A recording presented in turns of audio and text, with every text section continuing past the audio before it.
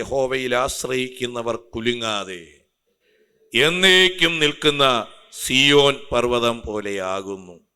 പർവ്വതങ്ങൾ യെരൂശലേമിനെ ചുറ്റിയിരിക്കുന്നു. യഹോവ ഇന്നു മുതൽ എന്നേക്കും തൻ്റെ ജനത്തെ ചുറ്റിയിരിക്കുന്നു. എത്ര പേർക്ക് അതിൽ സന്തോഷമുണ്ട്? ഹല്ലേലൂയ! പർവ്വതങ്ങൾ യെരൂശലേമിനെ ചുറ്റിയിരിക്കുന്നു. കാരണം യെരൂശലേം ദൈവത്തിൻ്റെ നഗരമാണ്. ഹല്ലേലൂയ! അതുപോലെ യഹോവ ഇന്നു മുതൽ എന്നേക്കും തൻ്റെ ജനത്തെ ചുറ്റി പരിപാലിക്കുന്നു. അങ്ങനെ ആ അറിവും വിശ്വാസവും ഉള്ള ഒരു ദൈവ പൈതൽ അതിൻ്റെ 1-ാമത്തെ വാക്യത്തിൽ ഇങ്ങനെയാണ്: കുലുങ്ങാതെ എന്നേക്കും നിൽക്കുന്ന സിയോൻ പർവ്വതം പോലെയാകും. സ്തോത്രം! കുലുങ്ങുന്നെങ്കിൽ അതിൻ്റെ അർത്ഥം ആശ്രയിക്കുന്നതിൽ പരാജയം സംഭവിച്ചിട്ടുണ്ട്. സ്തോത്രം! അതിൻ്റെതായ ആ അപകടമാണ് കുലുങ്ങുന്ന അനുഭവം നമ്മുടെ ജീവിതത്തിൽ വരുന്നത്. സ്തോത്രം!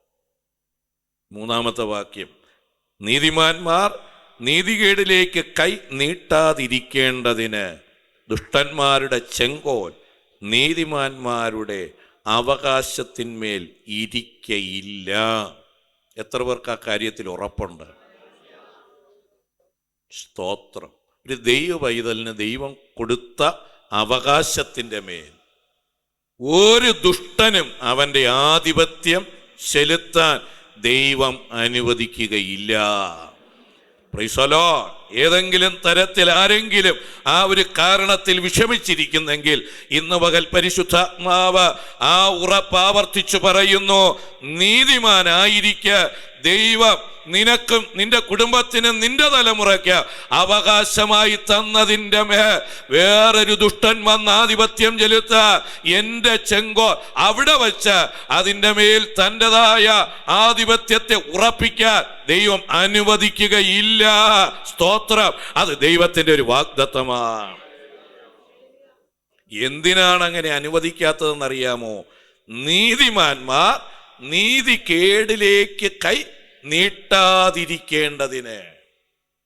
തൻ്റെ അവകാശത്തെ തിരിച്ചെടുക്കാൻ, തൻ്റെ അവകാശത്തെ പിടിച്ചെടുക്കാൻ ഒരു നീതികേടിലേക്ക് കൈ നീട്ടി ദൈവത്തിൻ്റെ ഹിതമല്ലാത്തത് സംഭവിക്കാതിരിക്കേണ്ടതിന് സർവശക്തനായ ദൈവം പറയുന്നു, അത് അവിടെ ഉറപ്പിക്കാൻ ദൈവം അനുവദിക്കുകയില്ല.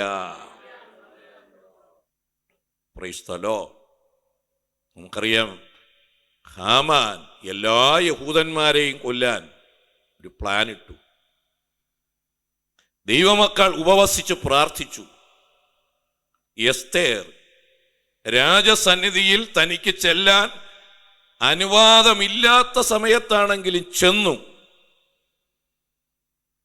ആ രാജാവ് ചെങ്കോല് നീട്ടി അവളോട് കരുണ കാണിച്ചു. എന്താണ് വേണ്ടതെന്ന് ചോദിച്ചു. രാജ്യത്തിൻ്റെ പകുതി വേണമെങ്കിലും തരാമെന്ന് പറഞ്ഞു. പക്ഷേ അവൾ പറഞ്ഞു, ഒരു വിരുന്ന് ഞാൻ ഒരുക്കിയിട്ടുണ്ട്, അതിന് രാജാവ് വരണം, ഹാമാനെയും കൊണ്ടുവരണം. എന്താണ് അവിടെ സംഭവിക്കാൻ പോകുന്നതെന്ന് എസ്തേറിന് അറിഞ്ഞൂടാ.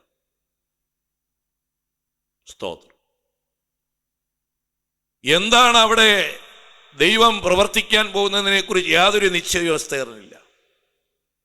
പക്ഷേ ദൈവം അവിടെ ഒന്ന് ചെയ്തു. എത്ര പേർക്ക് വിശ്വാസമുണ്ട്? ദൈവമക്കൾ ചെയ്യേണ്ടത് ചെയ്തപ്പോ ദൈവം ചെയ്യേണ്ടത് അവിടെ ചെയ്തു. അതുവരെ വളരെ ബുദ്ധിമാനായിരുന്ന ഹാമാന് അവിടെ ഒരു ചെറിയ മിസ്റ്റേക്ക് പറ്റി. സ്തോത്രം! അവൻ ദയയ്ക്ക് വേണ്ടിയാണ് ചെന്ന് കമന്ന് കിടന്നതെങ്കിലും സ്തോത്രം, രാജാവ് അത് തെറ്റിദ്ധരിച്ചു. ആണ്ട് ഇതൊക്കെ തമ്പുരാനാൽ സംഭവിക്കുന്നതാണ്. എത്ര പേർക്ക് ദൈവത്തിന് സ്തോത്രം പറയാ? നീ പ്രാർത്ഥിച്ചു കൊണ്ടിരുന്നാൽ, നീ ദൈവത്തിൽ ആശ്രയിച്ചു കൊണ്ടിരുന്ന, ഹല്ലേലൂയ, ചിലതൊക്കെ ചിലയിടത്ത് സംഭവിക്കുന്നത് ഒരു ദൈവപ്രവർത്തിക്കായി മാറുമെന്നുള്ളതിന് യാതൊരു സംശയവുമില്ല. സ്തോത്രം! അങ്ങനെ ദൈവമക്കളുടെ അവകാശം അവിടെ സംരക്ഷിക്കപ്പെട്ടു. സ്തോത്രം! എന്ത് ചെയ്യണം ഇതിൻ്റെ നടുവിൽ? എങ്ങനെ ഒരു രക്ഷയുണ്ടെന്നറിയാതെ നിൽക്കുമ്പോൾ അവർക്ക് വേണ്ടി ദൈവത്തിൻ്റെ കരം അവിടെ അത്ഭുതങ്ങൾ ചെയ്തു. അങ്ങനെ അവരുടെ അവകാശം സംരക്ഷിക്കപ്പെട്ടു. സ്തോത്രം. അതിൻ്റെ 4-5 വാക്യങ്ങളിലും യഹോവേ, ഗുണവാന്മാർക്കും ഹൃദയ പരമാർത്ഥികൾക്കും നന്മ ചെയ്യണമേ. സ്തോത്രം. ആർക്കാണ് നന്മ?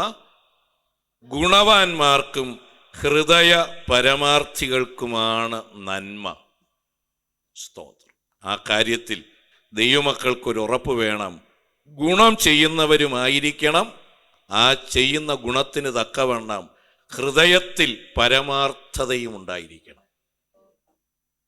അടുത്ത വാക്യത്തിൽ, എന്നാൽ ഹൃദയപരമാർത്ഥതയില്ല, ഗുണമല്ല ദോഷമാണ് ചെയ്യുന്നത്, അങ്ങനെയുള്ളവരെ, വളഞ്ഞ വഴികളിലേക്ക് തിരിയുന്നവരെ യഹോവ ദുഷ്പ്രവർത്തിക്കാരോടുകൂടെ പോകുമാറാക്കട്ടെ. അവർക്ക് നന്മയല്ല, ദുഷ്പ്രവർത്തിക്കാർക്ക് കിട്ടുന്നതായ അവകാശം എന്താണോ, ദുഷ്പ്രവർത്തിക്കാർക്ക് പുസ്തകം പറഞ്ഞിരിക്കുന്നതായ അവകാശത്തിലേക്ക് അവരും തിരിയുമാറാകട്ടെ.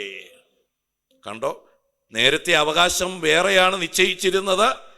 നീതിമാന്മാരോടുകൂടെ അവകാശം അവർക്കുണ്ടായിരുന്നു. എന്നാൽ വളഞ്ഞ വഴികളും ഹൃദയപരമാർത്ഥത ഇല്ലായ്മയും നിമിത്തം ആ നീതിമാന്റെ അവകാശം കിട്ടേണ്ട ഇടത്ത് നിന്ന് തിരിഞ്ഞ് ദുഷ്ടന്മാർക്കുള്ള അവകാശത്തിലേക്ക് അവരിങ്ങനെ പോവുകയാണ്.